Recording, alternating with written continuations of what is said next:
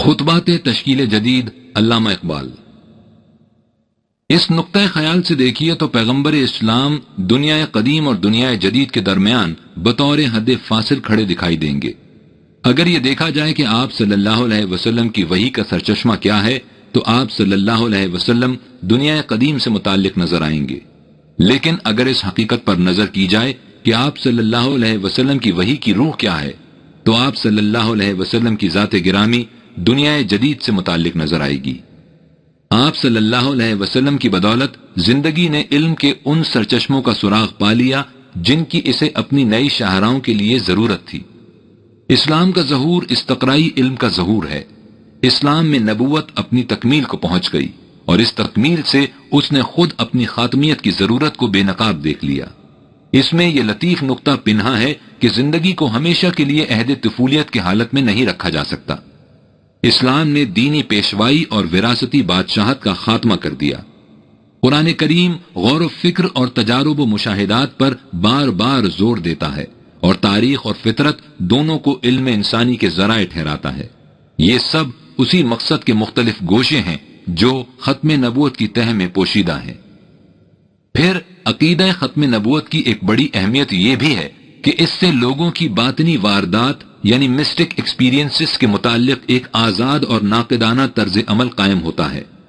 اس لیے کہ ختم نبوت کے معنی یہ ہے کہ اب نوع انسانی کی تاریخ میں کوئی شخص اس امر کا مدعی نہیں ہو سکتا کہ وہ کسی مافوق الفطرت اختیار یعنی سپر نیچرل اتھارٹی کی بنا پر دوسروں کو اپنی اطاعت پر مجبور کر سکتا ہے۔ ختم نبوت کا عقیدہ ایک ایسی نفسیاتی قوت ہے جو اس قسم کے دعوی اقتدار کا خاتمہ کر دیتی ہے۔ اب کسی کے باطنی مشاہدات کیسے ہی غیر معمولی کیوں نہ ہوں، ان پر اسی طرح تنقیدی نگاہ ڈالی جا سکتی ہے جس طرح انسانی مشاہدات کے دوسرے پہلوؤں پر۔ علامہ اقبال، خطبات تشکیل جدید، صفحہ نمبر 126 سے 127۔ ختم نبوت۔ وَتَمَّتْ كَلِمَةُ رَبِّكَ صِدْقًا وَعَدْلًا لَا مُبَدِّلَ لِكَلِمَاتِهِ وَهُوَ السَّمِيعُ الْعَلِيمُ۔ عالم طفولیت۔ بچہ جب پہلے پہل چلنا سیکھتا ہے تو اسے اٹھنے کے لیے بھی کسی آسرے کی ضرورت ہوتی ہے۔ سہارا لے کر اٹھتا ہے اور ابھی 4 قدم بھی نہیں چلنے پاتا کہ لڑکھڑا کر گر پڑتا ہے۔ گرتا ہے تو ادھر ادھر حسرت بھری نگاہوں سے مدد کی تلاش کرتا ہے۔ مایوس ہو جاتا ہے تو رو کر کسی اٹھانے والے کو پکارتا ہے کہ اس وقت اس کے پاس پکار کا یہی ایک ذریعہ ہوتا ہے۔ کوئی انگلی پکڑ کر اٹھانے والا مل جائے تو پھر 4 قدم چل لیتا ہے۔ ذرا اور بڑا ہو جائے تو گنڈیلنے کے سہارے چلتا ہے۔ وہ ہاتھ سے چھوٹ جائے تو پھر مشکل ہو جاتی ہے۔ اور بڑا ہو جائے تو اپنے پاؤں پر کھڑا ضرور ہو جاتا ہے لیکن چلتا پھرتا انہی مقامات میں ہے جن سے وہ مانوس ہوتا ہے۔ غیر مانوس مقامات کی طرف جانے سے گھبراتا ہے۔ جانا ہی پڑے تو کسی کا ساتھ ڈھونڈتا ہے۔ پھر اگر راستے میں چھوٹی سی نالی بھی آ جائے تو اسے دریا نظر آتی ہے۔ صحن کے نشیب سے برآمدے کا فراز ایک پہاڑ دکھائی دیتا ہے۔ اور بڑا ہو جائے تو دن کی روشنی میں ہر طرف جا نکلتا ہے لیکن اندھیرے میں ہر سمت اسے چھلاوے نظر آتے ہیں۔ اس وقت پھر کسی رفیق سفر کی احتیاج محسوس کرتا ہے۔ لیکن جب وہ اس طرح اٹھتے بیٹھتے گرتے پڑتے گھبراتے سنبھلتے جوانی کو پہنچ جاتا ہے تو پھر اسے انگلی پکڑنے والے کی ضرورت نہیں ہوتی۔ مانوس و غیر مانوس مقامات کا امتیاز اٹھ جاتا ہے۔ روشنی اور اندھیرے کا فرق بھی باقی نہیں رہتا۔ اب وہ ہر جگہ بلا خوف و خطر چلا جاتا ہے۔ اگر کبھی ٹھوکر کھا کر گر بھی پڑے تو خود بخود اٹھنے کی کوشش کرتا ہے اور اس طرح یہ بتانا چاہتا ہے کہ اسے کسی خارجی مدد کی احتیاج نہیں۔ جوانی کا زمانہ۔ وہ اس مدد کو اپنی شان جوان مردی کے خلاف سمجھ کر اس میں خفت محسوس کرتا ہے۔ وہ اپنے پاؤں آپ چلنا چاہتا ہے۔ وہ اپنی حفاظت خود کرنے کا متمنی ہوتا ہے۔ وہ اپنی منزلیں آپ قطع کرنے میں لذت محسوس کرتا ہے۔ البتہ اس مقام پر اسے ایک چیز کی ضرورت باقی رہتی ہے جس کے بغیر نہ تو وہ راستے کی پرخطر گھاٹیوں سے محفوظ رہ سکتا ہے اور نہ ہی منزل مقصود تک پہنچ سکتا ہے۔ یہ چیز جس کی ضرورت لا ینفیق اور جس کی احتیاج یقینی ہے اور اس احتیاج میں وہ کوئی شرم و ندامت اور سبکی و خفت بھی محسوس نہیں کرتا، یہ ہے کہ شاہراہ زندگی میں جہاں جہاں دوراہے آئیں وہاں نشان راہ یعنی سائن پوسٹ نصب ہوں۔ جن پر بین اور واضح الفاظ میں لکھا ہو کہ یہ راستہ کدھر جاتا ہے اور دوسرا راستہ کس طرف۔ اب اگر راہ رو کی آنکھوں میں بصارت ہے اور فضا میں روشنی کہ جس کی مدد سے یہ نشان راہ پڑے جا سکے، تو پھر راستہ قطع کرنے میں منزل مقصود تک پہنچ جانا یقینی ہے، یعنی لا خوف علیہم ولا هم يحزنون۔ افراد کی طرح نوع انسان کی بھی یہی کیفیت ہے۔ جب ذہن انسانی عالم طفولیت میں تھا تو اسے چھوٹے چھوٹے معاملات کے فیصلوں کے لیے بھی خارجی امداد کی ضرورت پڑتی تھی۔ وہ 2 قدم بھی آسرے کے بغیر نہیں چل سکتا تھا۔ خدا کے نظام ربوبیت سے یہ بعید تھا کہ وہ بچے کو یوں تنہا اور بے آسرا چھوڑ دیتا۔ جس خلاق فطرت نے اس کی طبعی زندگی کی پرورش کے لیے یہ انتظام کر رکھا تھا کہ اس کی پیدائش کے ساتھ ہی اس کے لیے دودھ کے چشمے بہہ نکلیں، وہ اس کی انسانی زندگی کے تقاضوں کو بلا تسکین کیسے چھوڑ سکتا تھا؟ اس نے انسان کی تمدنی زندگی کے آغاز میں کہہ دیا تھا کہ یا بنی آدم اما یأتینکم رسل منکم یقصون علیکم آیاتی فمن اتقا واصلح فلا خوف علیہم ولا هم یحزنون۔ اے نوع انسانی، جب تمہارے پاس تمہیں میں سے رسول آئیں جو میرے قوانین تمہارے سامنے پیش کریں، تو تم میں سے جو کوئی تقوی اور اصلاح اختیار کرے گا تو ان پر کسی قسم کا خوف اور حزن نہیں ہوگا۔ انسانی تمدن و عمرانیت کے ابتدائی ادوار میں دیکھیے ہدایت آسمانی کا یہ سلسلہ کس طرح مسلسل و متواتر چلا آتا ہے۔ ثم ارسلنا رسلنا تترا، پھر ہم نے اپنے رسول تھوڑے تھوڑے وقفوں کے بعد متواتر بھیجے۔ ہر زمانے میں رسول، ہر قریے میں رسول، ہر قوم میں رسول، ایک ہی زمانے میں مختلف بستیوں میں مختلف رسول۔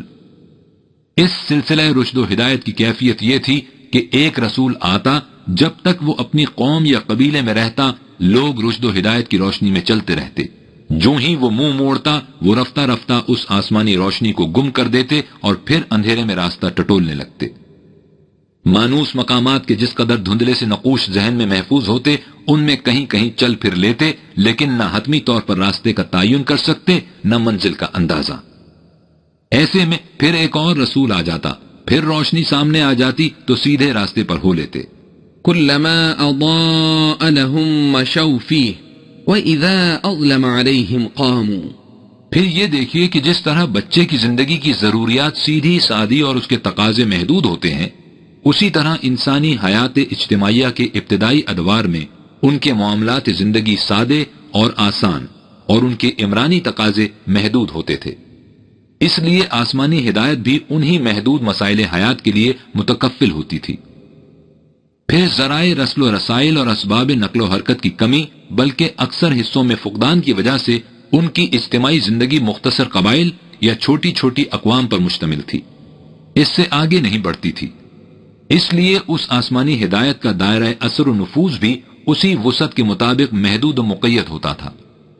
ذہن انسانی کی ناپختگی کا تقاضا تھا کہ اس تعلیم کو صرف اصولوں تک ہی محدود نہ رکھا جائے، بلکہ اس کی جزیات تک بھی خود ہی متعین کر دی جائیں، کیونکہ ان میں ہنوز اس کی صلاحیت نہ تھی کہ اصولوں کی روشنی میں جزیات خود مرتب کر لیں۔ الغرض ہوتا یہ کہ ایک رسول کی تشریف براری کے بعد کچھ وقت تک اس کی تعلیم اپنی اصلی شکل میں باقی رہتی، پھر اس میں تحریف و الحاق شروع ہو جاتا۔ ادھر ان کی زندگی کی ضروریات بھی بڑھ جاتی اور احوال و ظروف کی تبدیلی سے ان کے تقاضوں میں تغیر و تبدل شروع ہو جاتا۔ اتنے میں پھر ایک رسول آ جاتا، وہ سابقہ آسمانی ہدایت کو ذہن انسانی کی آمیزشوں سے پاک و صاف کرتا، جزیات میں جہاں کہیں حق و اضافہ اور تغیر و تبدل کی ضرورت ہوتی اسے بھی پورا کرتا، اور اس طرح بچے کو اٹھا کر پھر راستے پر لگا دیتا۔ قرآن میں آسمانی ہدایت کے نسخ و تبدل کی آیات پر غور کیجئے، یہ حقیقت واضح طور پر سامنے آ جائے گی۔ سورہ بقرہ میں اللہ رب العزت کا ارشاد ہے، ما ننسخ من آية أو ننسها نأتي بخير منها أو مثلها ألم تعلم أن الله على كل شيء قدير۔ ہم اپنے احکامات میں سے جو کچھ بھی منسوخ کر دیتے ہیں یا بھلا دیتے ہیں تو اس کی جگہ اس سے بہتر یا اس جیسا حکم پھر نازل کر دیتے ہیں۔ بس قرآن کے نزول پر لوگوں کو حیرانی نہیں ہونی چاہیے۔ کیا تم نہیں جانتے کہ اللہ ہر شے پر قادر ہے؟ سورہ نحل میں اسی تبدیلی آیات کا ذکر ان الفاظ میں آیا ہے، وَإِذَا بَدَّلْنَا آيَةً مَكَانَ آيَةٍ وَاللَّهُ أَعْلَمُ بِمَا يُنَزِّلُ قَالُوا إِنَّمَا أَنْتَ مُفْتَرٍ بَلْ أَكْثَرُهُمْ لَا يَعْلَمُونَ۔ اور جب ہم کسی سابقہ شریعت کے حکم کی جگہ دوسرا حکم دے دیتے ہیں، اور یہ اس لیے کہ اللہ خوب جانتا ہے کہ کب کیا نازل کرنا چاہیے، تو یہ کہتے ہیں کہ اے رسول صلی اللہ علیہ وسلم تو افترا کرتا ہے، کیونکہ تیری وحی سابقہ احکام سے بعض جگہ مختلف ہے، لیکن ان میں سے اکثر تبدیلی احکام کی لم سے واقف نہیں۔ باقی رہی انسانی تحریف و الحاق، سو اس کے متعلق کہا وَمَا أَرْسَلْنَا مِن قَبْلِكَ مِن رَّسُولٍ وَلَا نَبِيٍّ إِلَّا إِذَا تَمَنَّى أَلْقَى الشَّيْطَانُ فِي أُمْنِيَّتِهِ فَيَنسَخُ اللَّهُ مَا يُلْقِي الشَّيْطَانُ ثُمَّ يُحْكِمُ اللَّهُ آيَاتِهِ وَاللَّهُ عَلِيمٌ حَكِيمٌ۔ اور ہم نے تم سے پہلے بھی کوئی رسول نہیں بھیجا اور نہ نبی کہ اس کے ساتھ ایسا نہ ہوا ہو کہ جب اس نے احکام الہیہ کی تلاوت کی تو وحی کے دشمن لوگوں نے اس کی تلاوت کردہ وحی میں کچھ ملاوٹ کر دی، بس اللہ دوسرا رسول بھیج کر ان کی اس آمیزش کو مٹا دیتا رہا اور اپنے احکام کو محکم کرتا رہا۔ اللہ سب کچھ جاننے والا، حکمت والا ہے۔ ذہن انسانی کا سن شعور۔ ہدایت آسمانی کا یہ سلسلہ اسی طرح جاری رہا حتیٰ کہ ذہن انسانی سن رشد و شعور کو پہنچ گیا۔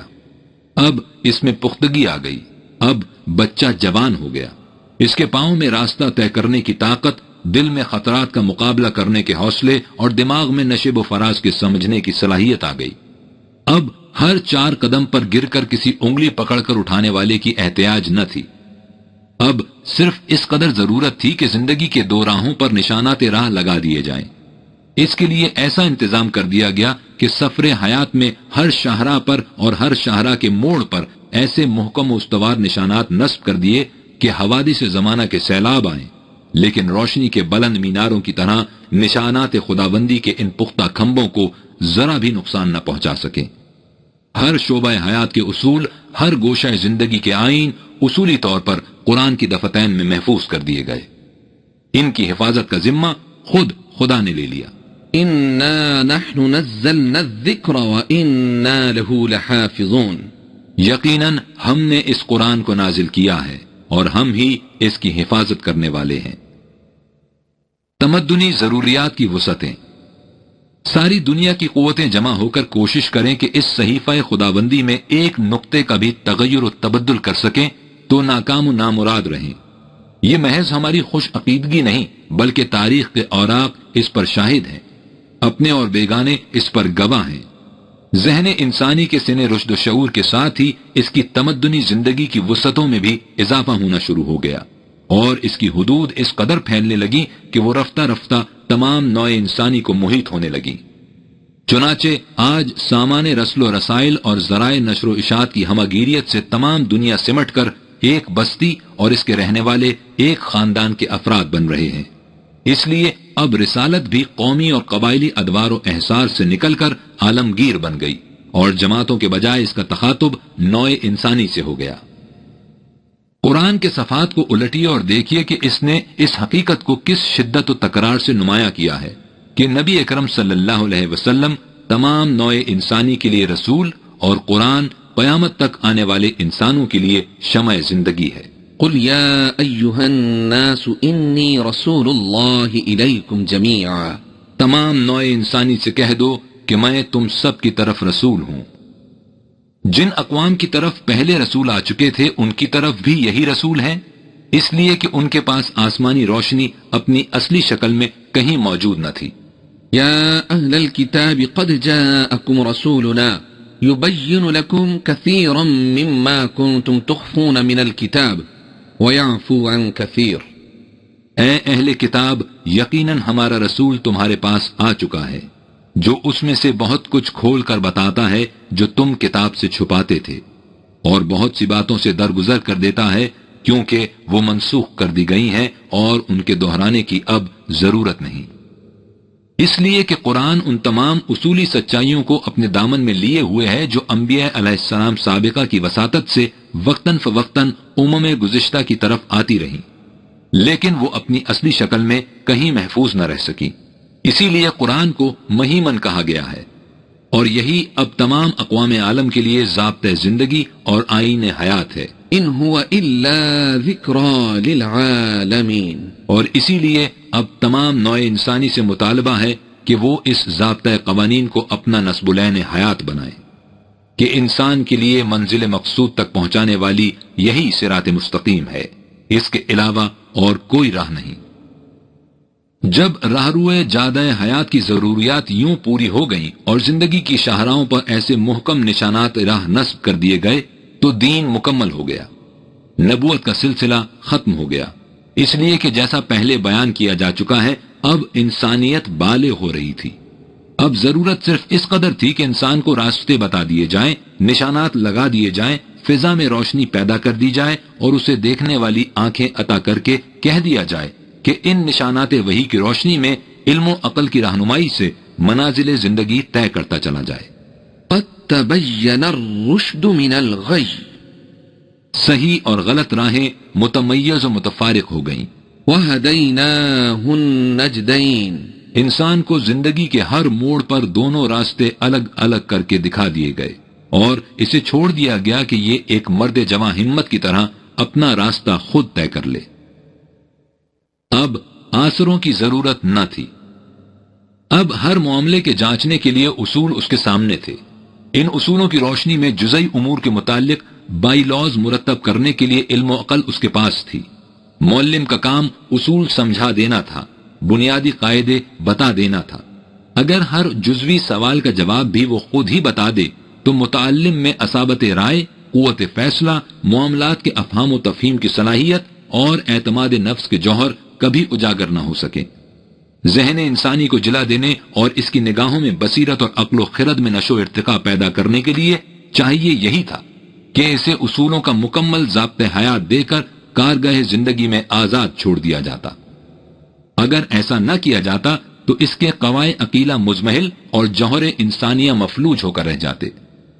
عقل و ہوش کا بچپن کبھی جوانی کی پختگی حاصل نہ کر سکتا اور انسانی قلب و دماغ لاڈلے بچے کے قواعد ذہنیہ و عملیہ کی طرح غیر نشو نما یافتہ یعنی ان ڈیولپڈ رہ جاتا. لہذا اگر انسانیت کے عہد طفولیت میں قدم قدم پر آسرے اور سہارے بہم پہنچانا ہی تقاضۂ ربوبیت تھا تو جوانی کے زمانے میں اسے اپنے پاؤں چلنے دینا اس کے حق میں رحمت و شفقت تھا. اس قواعد عقلیہ کے بڑھنے پھولنے پھلنے کا یہی ایک ذریعہ تھا. اس کے جواہر مضمر میں جلا پیدا کرنے کا یہی ایک طریقہ تھا. نہیں بلکہ یوں کہیے کہ انسانیت کی خودداری کا یہی تقاضا تھا. کسی نوجوان لڑکے سے بچوں جیسا سلوک کیجیے، راستے میں اس کی انگلی پکڑ کر چلائیے، اسے گود میں اٹھانے کی کوشش کیجیے، دیکھیے کہ اس کی خودداری کو کیسے ٹھیس لگتی ہے، وہ کس طرح انگلی چھڑانے کی کوشش کرتا ہے، وہ کیسے گود سے اچھل کر بھاگتا ہے. فرط ندامت سے اس کا چہرہ تمتما اٹھتا ہے، احساس خودی سے اس کی پیشانی عرق آلود ہو جاتی ہے. آپ نے اندازہ لگایا کہ یہ تکمیل دین اور ختم نبوت کا پروگرام کس طرح انسانی زندگی کے تقاضے کے عین مطابق ہے. اگر نبوت کا دروازہ بند نہ کیا جاتا تو ذہن انسانی کی کھڑکیاں کبھی نہ کھلتی، انسان اپنے پاؤں چلنا کبھی نہ سیکھتا، یہ بچہ کبھی جوان نہ ہونے پاتا، چشم کائنات نمود آدم اور بلوغ انسانیت سے کبھی روشناس نہ ہو سکتی. ہم نے جب بعثت حضور خاتم النبین صلی اللہ علیہ وسلم کو حکیم الامت کے الفاظ میں ہنگام نمود آدم سے تعبیر کیا ہے تو یہ حقیقت کی ترجمانی ہے، شاعری نہیں ہے. اصل یہ ہے کہ ختم نبوت کے عقیدے نے تاریخ انسانیت میں ایک نئے باب کا اضافہ اور ایک نئے دور کی ابتدا کی ہے. پہلے عقل کا کام بھی وحی کی رہنمائی ہی دیتی تھی کیونکہ عقل انسانی ہنوز ناپختہ تھی. اب وحی کا کام عقل کی آنکھ کے لیے روشنی باہم پہنچانا رہ گیا. اب عقل صرف ان مقامات میں وحی کی رہنمائی کی محتاج رہ گئی جو اس کی سرحد سے ماورا تھے، اور یہ مقامات وہ اصولی قوانین تھے جو قرآن کی دفتین میں محفوظ کر دیے گئے تھے. یہ اصول وہ اقدار مستقلہ یعنی پرماننٹ ویلیوز تھیں جن کی حدود کے اندر عقل کی حکمرانی متصور تھی. اس سے شخصیت پرستی کا وہ کابوس بھی ٹوٹ گیا جس کے نیچے انسان قرن ہا قرن سے دبا چلا آتا تھا. اب انسان سے صرف اس قدر مطالبہ کیا جانا تھا کہ وہ ان مستقل اقدار یعنی قرآن کریم کو تنقید کی حد سے بالا سمجھے جو اسے وحی کے ذریعے ملے ہیں۔ ان اصولوں کو صحیح ماننے کے بعد انسان ہر قسم کی شخصی حکومت یعنی پرسنل اتھارٹی سے آزاد ہو جاتا ہے۔ آپ انسانی زندگی پر غور کیجئے، اس میں ایک چیز آپ کو ایسی نظر آئے گی جو شروع سے آخر تک غیر متبدل رہتی ہے، یعنی انسانی ذات، ہیومن پرسنالٹی، جسے یہ میں کہہ کر پکارتا ہے۔ لیکن اس کے دوسرے تقاضے وہ ہیں جو ایک فرد کی عمر یا مرور زمانہ سے بدلتے رہتے ہیں۔ اس طرح انسانی زندگی ثبات و تغیر یعنی پرماننس اینڈ چینج کے حسین امتزاج سے آگے بڑھتی چلی جاتی ہے۔ قرآن کریم نے انسانی رہنمائی کے لیے بھی یہی انداز اختیار کیا ہے۔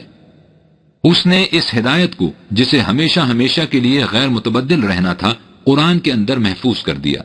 اس کے بعد اس جماعت سے جو قرآن کی صداقت پر ایمان لے آئے کہہ دیا کہ تم ایسا نظام معاشرہ قائم کرو جس میں قرآن کے احکام و اصولات میں کسی قسم کے تغیر و تبدل کا اختیار کسی کو حاصل نہ ہو، لیکن ان غیر متبدل احکام و اصولات کی حدود کے اندر رہتے ہوئے تم زندگی کے بدلنے والے تقاضوں کے لیے بائی لاز باہمی مشاورت سے خود مرتب کرو۔ قرآن کے اصول و احکام ہمیشہ غیر متبدل رہیں گے، لیکن ان کی روشنی میں مرتب کردہ بائی لاز زمانے کے تقاضوں کے ساتھ ساتھ بدلتے جائیں گے۔ اس کا نام ہے اسلامی نظام زندگی یا حکومت خداوندی، جسے سب سے پہلے حضور نبی اکرم صلی اللہ علیہ وسلم نے متشکل فرمایا اور جسے حضور صلی اللہ علیہ وسلم کے سچے جانشینوں نے قائم رکھا اور آگے بڑھایا۔ آپ دیکھیں گے کہ اس نظام میں شخصیتیں آتی رہیں گی اور جاتی رہیں گی، ان کے جانے سے اس نظام پر کوئی اثر نہیں پڑے گا۔ یہی وہ حقیقت کبریٰ تھی جس کا اعلان جناب صدیق اکبر رضی اللہ تعالی عنہ نے حضور اکرم صلی اللہ علیہ وسلم کی وفات پر فرمایا تھا۔ جہاں تک خدا سے وحی پانے کا تعلق تھا وہ حضور اکرم صلی اللہ علیہ وسلم کی ذات پر ختم ہو گیا۔ جہاں تک وحی کے مطابق انسانی معاشرے کو چلانا تھا وہ حضور اکرم صلی اللہ علیہ وسلم کے بعد بھی جاری رہا۔ اس نظام کو چلانے کے لیے کسی نبی کی ضرورت نہ تھی، اس لیے قرآن کو محفوظ کر دینے کے بعد نبوت کا خاتمہ کر دیا گیا اور اسلامی نظام کو قائم رکھنے اور آگے چلانے کا سلسلہ جاری کر دیا گیا۔ اس نظام کی مرکزی اتھارٹی، جسے مرکز ملت سے تعبیر کیا جاتا ہے، نبی اکرم صلی اللہ علیہ وسلم کے بعد قرآنی احکام و قوانین کو نافذ کرنے کا ذریعہ تھی۔ اس کو خلافت علی منہاج نبوت کہا جاتا ہے۔ لہذا قرآن اور خلافت علی منہاج نبوت اسلامی نظام کے دو بنیادی ستون ہیں جن پر دین کی ساری عمارت استوار ہوتی ہے۔ ان تصریحات سے یہ حقیقت آپ کے سامنے آ گئی کہ قرآن کریم نے جو نظام دین عطا کیا ہے، یعنی قرآن بطور اساس آئین اور ملت کی مرکزیت، اس کی قوت نافذہ، اس کی موجودگی میں نبوت کی ضرورت ہی باقی نہیں رہتی۔ یہی وجہ ہے کہ ختم نبوت کا عقیدہ اتنا واضح تھا کہ جس طرح توحید خداوندی کے متعلق کسی بحث کی گنجائش نہ تھی، اسی طرح اس کے متعلق بھی کسی سوال کی ضرورت باقی نہ تھی۔ آپ قرن اول کے تمام محفوظات چھان ڈالیے، آپ کو کہیں کسی جگہ بھی اس مسئلے کے متعلق کوئی بحث نہیں ملے گی۔ ان کے نزدیک نبوت کی ختمیت خدا کی وحدت کی طرح مسلم تھی، کسی دل میں نہ اس کے متعلق کوئی سوال پیدا ہوا نہ اس کے متعلق۔ نبوت قرآن میں محفوظ تھی اور حضور صلی اللہ علیہ وسلم کی امامت مرکز ملت کی شکل میں موجود، اس لیے اجرائے نبوت کا سوال ہی پیدا نہیں ہو سکتا تھا۔ ان کے نزدیک کسی آنے والے کا تصور ہی بے معنی تھا۔ جب تک اسلامی نظام خلافت علی منہاج نبوت کا سلسلہ قائم رہا، کسی آنے والے کا تصور ہمارے ہاں بار نہ پا سکا۔ لیکن جب ہماری بدقسمتی سے یہ سلسلہ منقطع ہو گیا تو قوم رفتہ رفتہ قہر مذلت میں گرتی چلی گئی اور اس کے ساتھ ہی وہ شخصیتوں کے سہارے بھی ڈھونڈنے لگی۔ آپ نے دیکھا ہوگا کہ بچے کو کسی اٹھانے والے کا خیال اس وقت پیدا ہوتا ہے جب وہ گر پڑتا ہے۔ جب تک وہ اپنے پاؤں چلتا رہتا ہے اسے خیال تک بھی نہیں آتا کہ اسے اٹھانے والے کی ضرورت ہے۔ یہی کیفیت قوموں کی ہے۔ جب تک کوئی قوم سرفرازی و سربلندی کی زندگی بسر کرتی ہے، جب تک وہ شوکت و حشمت، حکومت و سطوت کی مالک ہوتی ہے، جب تک اس کے سینے میں دل اور دل میں ایمان کی تڑپ، اس کے بازوؤں میں خون اور خون میں حرارت کردار موجزن ہوتی ہے، اس وقت تک اسے کسی آسرے کی تلاش نہیں ہوتی، وہ کوئی سہارا نہیں ڈھونڈتی۔ اس وقت تو وہ خود بے آسروں کا آسرا اور بے سہاروں کا سہارا ہوتی ہے۔ اس کی قوت بازو اس کا آسرا اور قانون خداوندی اس کا کافی سہارا ہوتا ہے۔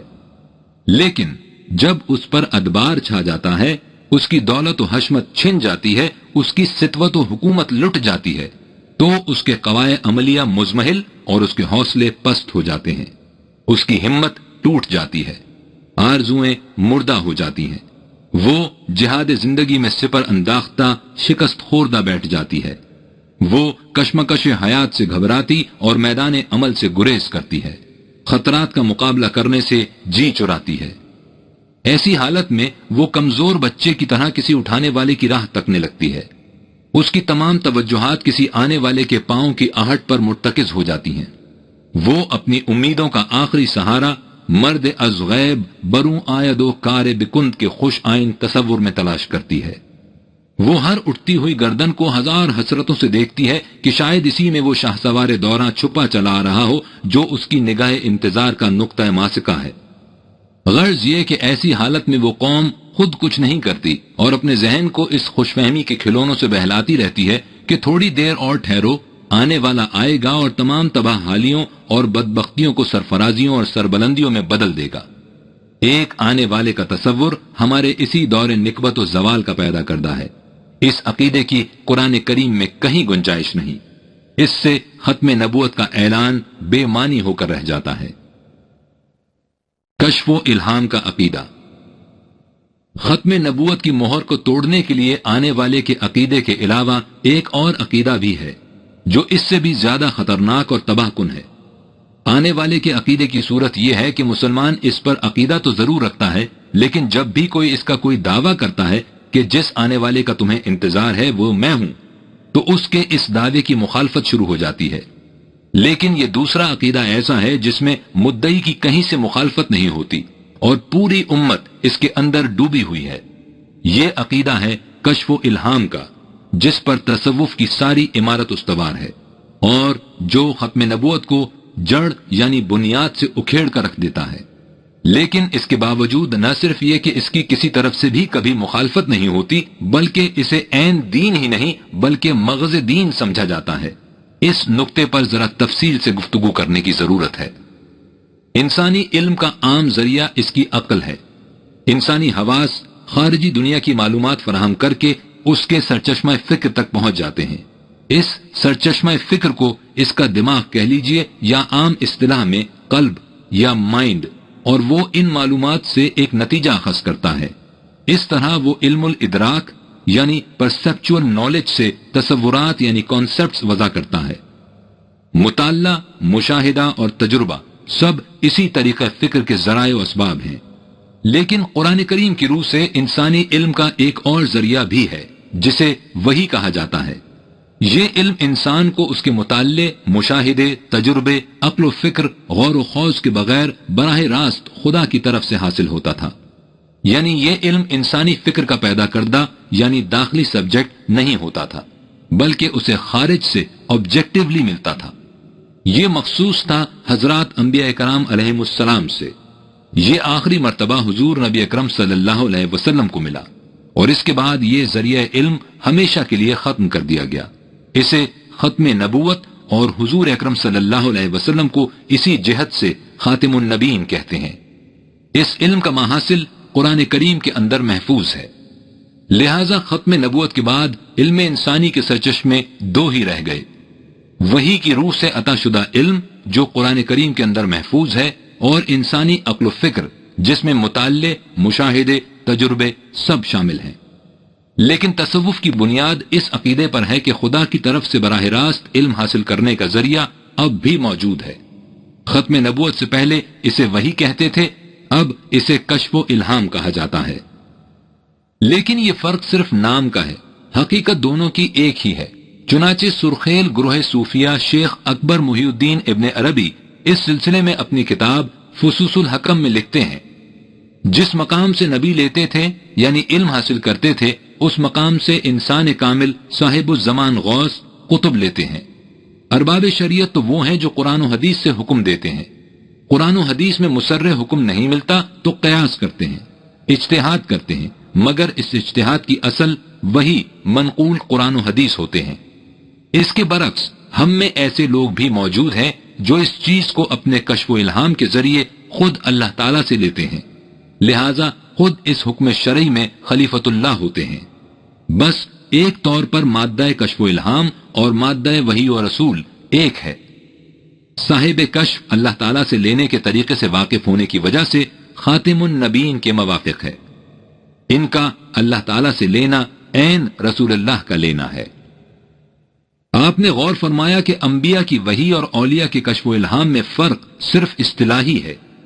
ان حضرات کے عقیدے کے مطابق اصل و حقیقت دونوں کی ایک ہے، یعنی خدا سے براہ راست علم حاصل کرنا، اور یہی وہ نقطہ ہے جس پر تفصیل سے گفتگو کرنے کی ضرورت ہے۔ وحی کے معنی۔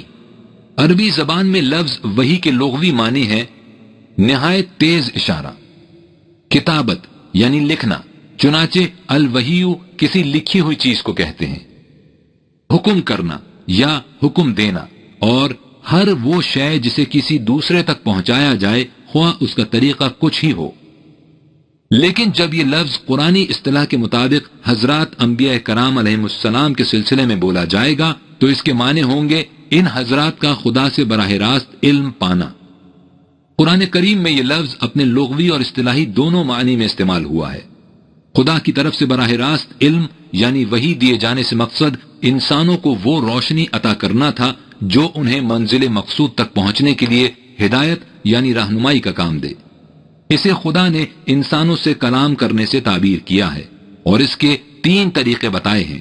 2 طریقے حضرات انبیاء کرام علیہم السلام سے مختص تھے، اور ایک طریقہ غیر از انبیاء انسانوں کے لیے۔ سورہ شورى میں ہے وما كان لبشر أن يكلمه الله إلا وحيا أو من وراء حجاب أو يرسل رسولا فيوحي بإذنه ما يشاء إنه علي حكيم۔ کسی انسان کے لیے یہ ممکن نہیں کہ خدا اس سے کلام کرے بجز این کے وحی کے ذریعے، یا پس از پردہ کلام کر کے، یا ایک رسول بھیج کر جو خدا کے حکم سے مشیت خداوندی کے مطابق خدا کے احکام لوگوں تک پہنچائے۔ اس آیت میں پہلے 2 طریقے حضرات انبیاء کرام علیہم السلام سے مخصوص ہیں، یعنی خدا نے ان انسانوں یعنی انبیاء سے 2 طریق سے بات کی تھی، یا تو وحی یا پردے کے پیچھے سے کلام کے ذریعے۔ جہاں تک پس پردہ بات کرنے کا تعلق ہے، قرآن کریم نے صرف ایک نبی یعنی حضرت موسیٰ علیہ السلام کا ذکر کیا ہے۔ وَكَلَّمَ اللَّهُ مُوسَى تَكْلِيمًا۔ سورہ آراف میں ہے کہ جب حضرت موسیٰ علیہ السلام نے آواز سنی تو کہا کہ میں بات کرنے والے کو دیکھنا بھی چاہتا ہوں، وہ بے حجابانہ سامنے آ کر بات کرے، تو جواب ملا کہ لن ترانی، تو مجھے دیکھ نہیں سکتا۔ یہ من ورائی حجابن کلام کرنے کا طریقہ ہوا۔ دوسرا طریق وحیین ہے۔ اس سلسلے میں حضور نبی اکرم صلی اللہ علیہ وسلم کے متعلق مختلف مقامات پر مختلف انداز میں تصریح کی گئی ہے۔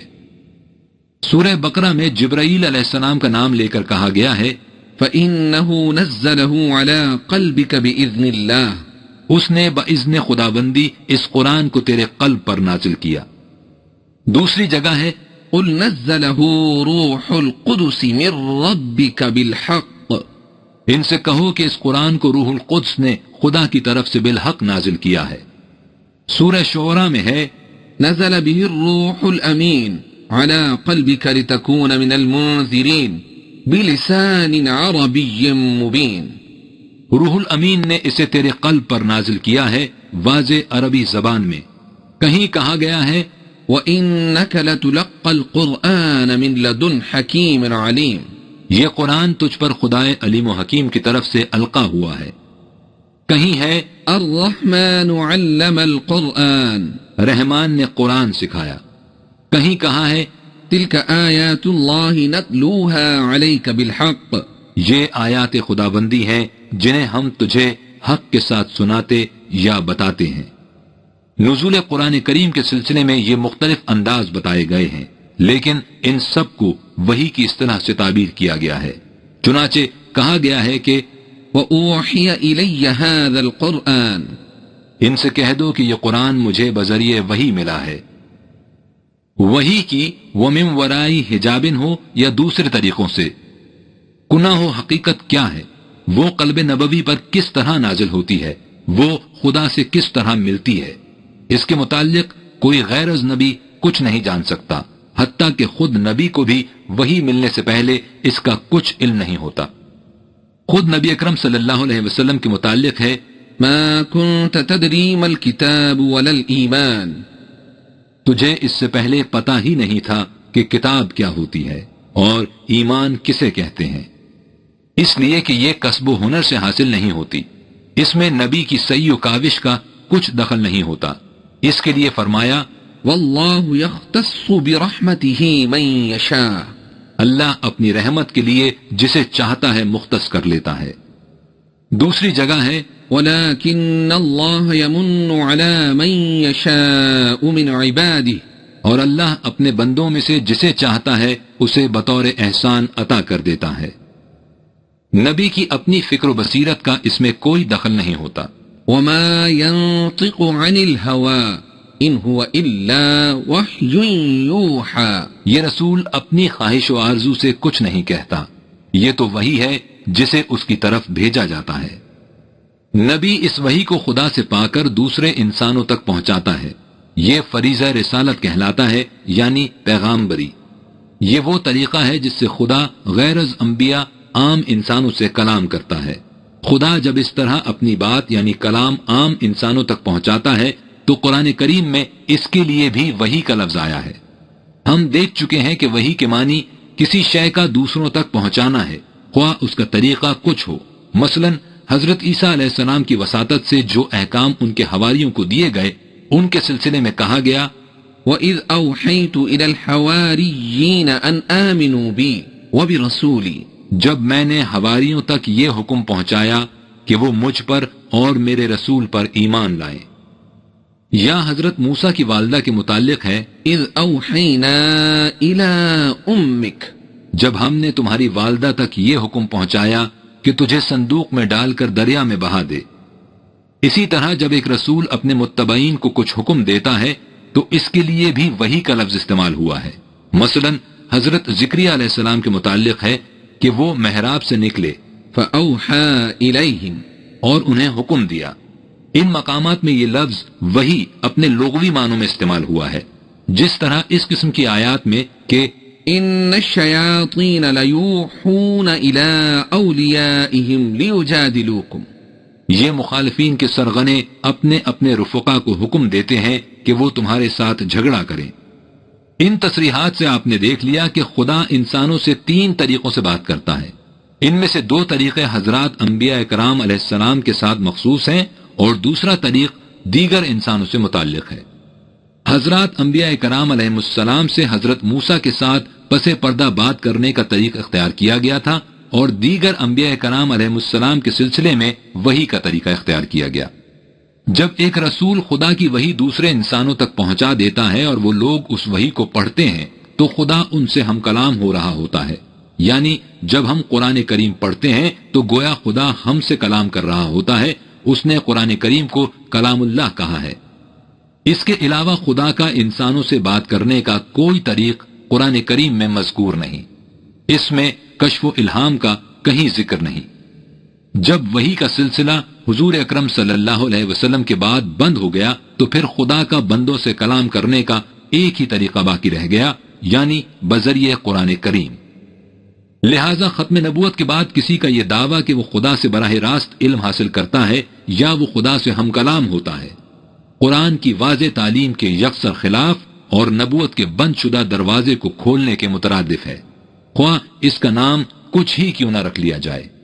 صاحب کشف و الہام اولیاء، ذلی یا بروزی نبی، مسیحی مدعو، مجدد یا کچھ اور، اصل کے اعتبار سے بات ایک ہی ہے۔ خدا سے ہم کلامی کے سلسلے میں ایک بات اور بھی قابل غور ہے۔ ان لوگوں کا دعویٰ یہ ہوتا ہے کہ یہ خدا سے کلام کرتے ہیں، لیکن قرآن کریم میں یہ کہیں نہیں آیا کہ کوئی انسان خدا سے کلام کر سکتا ہے۔ اس میں یہی آیا ہے کہ خدا انسانوں سے کلام کرتا ہے۔ بظاہر ان دونوں باتوں میں کوئی فرق نظر نہیں آئے گا، لیکن در حقیقت ان میں بڑا بنیادی فرق ہے۔ جب یہ کہا جائے کہ انسان خدا سے کلام کر سکتا ہے تو اس کا مطلب یہ ہوگا کہ انسان کسب و ہنر اور محنت و کاوش یعنی چلوں، ریاضتوں یا عبادتوں کے ذریعے اپنے اندر ایسی استعداد پیدا کر سکتا ہے کہ وہ جب جی چاہے خدا سے باتیں کر لے. یعنی اس صورت میں خدا سے بات کرنے کا امکان، اختیار اور انیشیٹو انسان کے ہاتھ میں رہتا ہے. لیکن جب یہ کہا جائے کہ خدا انسان سے بات کرتا ہے تو اس کا مطلب یہ ہوگا کہ بات کرنے کا اختیار کلی خدا کو حاصل ہوتا ہے. وہ جس سے جی چاہے بات کرتا ہے. وہ انبیاء کرام علیہ السلام سے براہ راست بات کرتا تھا، اور اب ان کے بعد عام انسانوں سے اپنی کتاب کے ذریعے بات کرتا ہے. کوئی انسان اپنے اختیار و ارادے سے نہ پہلے خدا سے بات کر سکتا تھا نہ اب کر سکتا ہے. لہذا خدا کی آخری اور مکمل کتاب قرآن کریم کی موجودگی میں یہ عقیدہ کہ کوئی شخص خدا سے براہ راست علم حاصل کر سکتا ہے ختم نبوت کے منافی ہے، قرآنی تعلیم کے خلاف اور دوسروں سے مستعار لیا ہوا ہے. اسلام میں اس کی کوئی گنجائش نہیں. یہی وجہ ہے کہ جو علامہ اقبال رحمۃ اللہ علیہ نے کہا تھا کہ تصوف اسلام کی سرزمین میں اجنبی پودا ہے، اور جب کشف و الہام کا عقیدہ ہی اسلام کی سرزمین میں اجنبی پودا ہے تو ختم نبوت کے بعد دعوی نبوت کا تو اسلام میں تصور بھی نہیں کیا جا سکتا. یہ عجیب اتفاق ہے کہ نبی اکرم صلی اللہ علیہ وسلم کے بعد مذاہب عالم کے متابعین میں سے کسی نے بھی نبوت کا دعویٰ نہیں کیا. یہ دعویٰ کیا تو خود اسلام کے مدعیوں نے کیا. کشف و الہام کے عقیدے کی طرح ایک اور عقیدہ بھی اسلام کی سرزمین میں اجنبی پودا ہے، اور وہ عقیدہ یہ ہے کہ وحی نبوت کی بھی دو قسمیں تھیں. ایک وحی مطلوع اور دوسری وحی غیر مطلوع. وحی مطلوع وہ تھی جو خدا کی طرف سے الفاظ کے ساتھ رسول اللہ صلی اللہ علیہ وسلم کو عطا ہوئی تھی. وہ وحی بالفاظ قرآن میں محفوظ ہے اور اس وحی کی تلاوت ہر جگہ ہوتی ہے. اور وحی غیر مطلوع وہ تھی جس کا تصور بلا الفاظ خدا کی طرف سے ملتا تھا اور پھر رسول اللہ اسے اپنے الفاظ میں بیان فرماتے تھے. یہ وحی کتاب احادیث میں لوگوں نے اپنے طور پر جمع کی ہے. قرآن کی طرح اس کا حرفن من جانب اللہ ماننا ضروری ہے. قرآن کریم میں وحی کی ان دو قسموں کا کوئی ذکر نہیں، حتیٰ کہ کتب احادیث میں بھی ان اصطلاحات مطلوع اور غیر مطلوع کا کہیں ذکر نہیں ملتا. یہ عقیدہ یہودیوں کے ہاں مروج تھا کہ وحی کی دو قسمیں ہیں، شب کتب وحی مطلوع اور شب الفا وحی غیر مطلوع. اس سلسلے میں پہلی بات تو یہی قابل غور ہے کہ یہ عقیدہ کہ خدا کی طرف سے نبی کو کوئی تصور بلا الفاظ ملتا تھا اور اسے نبی پھر اپنے الفاظ میں بیان کرتا تھا، علم النفس و الا السنہ کے خلاف ہے. یہ ممکن ہی نہیں کہ انسان کے ذہن میں کوئی تصور یعنی کانسیپٹ بلا لفظ یعنی بغیر ورڈ کے آ سکے. تصور اور لفظ لازم و ملزوم ہے.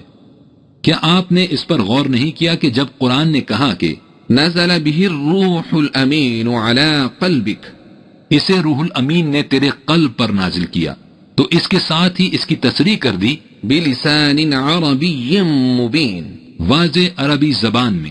یعنی وحی کا القا ہمیشہ الفاظ کے ساتھ ہوتا تھا، الفاظ کے بغیر نہیں. ایسا ہو ہی نہیں سکتا تھا. اسی لیے وحی کو کلام اللہ بھی کہا گیا ہے اور اس کی تلاوت کا حکم دیا گیا ہے. رسول اللہ صلی اللہ علیہ وسلم سے ارشاد ہوا اتل ما اوحی الیک من الکتاب، یہ کتاب جو تیری طرف وحی کی گئی ہے اس کی تلاوت کر. یعنی ما اوحیا یعنی جو کچھ وحی کیا گیا تھا وہ مطلوع یعنی جس کی تلاوت کی جائے تھا. غیر مطلوع وحی کوئی نہیں تھا. لہذا وحی صرف قرآن کریم ہے اور خدا کی طرف سے انسانوں کے لیے آخری وحی. حضور اکرم صلی اللہ علیہ وسلم کی بعثت کا مقصد جلیلہ یہ بتایا گیا وَيَضَعُ عَنْهُمْ إِصْرَهُمْ وَالْأَغْلَالَ الَّتِي كَانَتْ عَلَيْهِمْ، وہ ان بوجھل سلوں کو اتار دے گا جن کے نیچے انسانیت دبی چلی آ رہی تھی، اور ان زنجیروں کو توڑ ڈالے گا جن میں انسان جکڑا ہوا تھا. ختم نبوت نے ان تمام زنجیروں کو ایک ایک کر کے توڑ ڈالا اور اس طرح انسان کو صحیح آزادی سے روشناس کرا دیا. قرآن انسان کے سامنے ہے جس کے متعلق اس سے کہا گیا ہے کہ اس میں وہ قوانین مندرج و محفوظ ہیں جن کے مطابق زندگی بسر کرنے سے تمہیں دنیا و آخرت کی سرفرازیاں نصیب ہو سکتی ہیں. اس کے علاوہ کوئی اتھارٹی ایسی نہیں ہے جو تمہاری آزادی پر کسی قسم کی پابندی عائد کر سکے. اب کوئی انسان تم سے آ کر یہ نہیں کہہ سکے گا کہ تمہارے خدا نے تمہیں یہ حکم دیا ہے. خدا نے جو حکم دینا تھا وہ پہلے ہی سے تمہارے پاس موجود ہے۔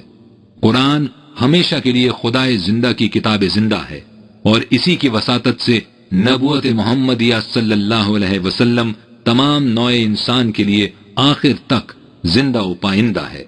اور یہ ہے ختم نبوت کا صحیح مفہوم، جس نے نوع انسان کو حقیقی آزادی سے ہمکنار کر دیا۔ یہ انسانیت پر خدا کا احسان عظیم ہے۔